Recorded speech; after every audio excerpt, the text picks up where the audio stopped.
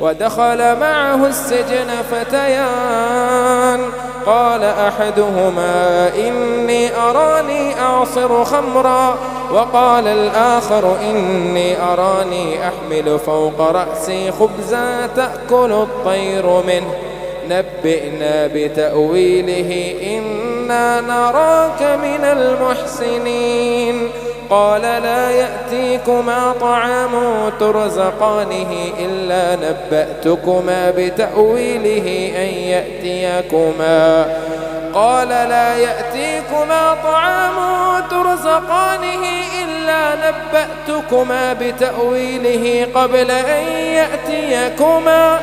ذلكما مما علمني ربي إني تركت ملة قوم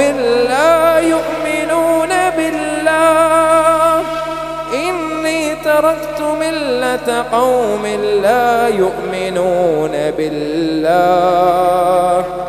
وهم بالآخرة هم كافرون واتبعت ملة آبائي إبراهيم وإسحاق ويعقوب ما كان لنا أن نشرك بالله من شيء ذلك من فضل الله علينا وعلى الناس ولكن أكثر الناس لا يشكرون يا صاحبي السجن أأرباب متفرقون خير أم الله الواحد القهار ما تعبدون من دونه إلا أسماء سميتموها أنتم وآباؤكم ما أنزل الله بها من سلطان إن الحكم إلا لله أمر ألا تعبدوا إلا إياه ذلك الدين القيم ولكن أكثر الناس لا يعلمون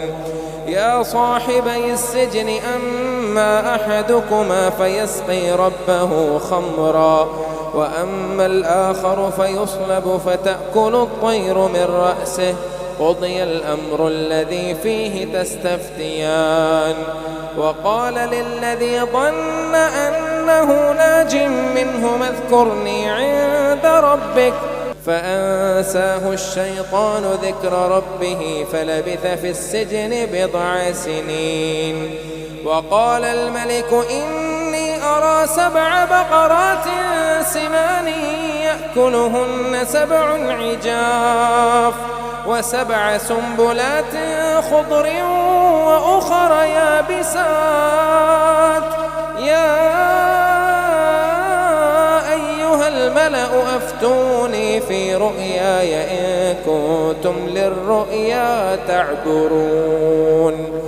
قالوا أضغاث أحلام وما نحن بتأويل الأحلام بعالمين وقال الذي نجا منهما وادكر بعد أمة أنا أنبئكم بتأويله فأرسلون يوسف أيها الصديق أفتنا في 7 بقرات سمان يأكلهن 7 عجاف و7 سنبلات خضر وأخر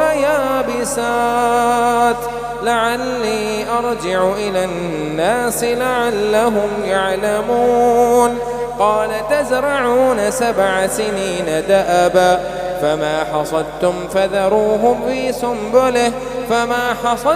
فذروه في سنبله إلا قليلا مما تأكلون ثم يأتي من بعد ذلك 7 شداد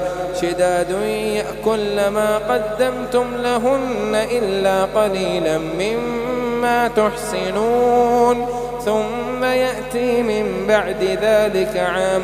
فيه يغاث الناس ثم يأتي من بعد ذلك عام فيه يغاث الناس وفيه يعصرون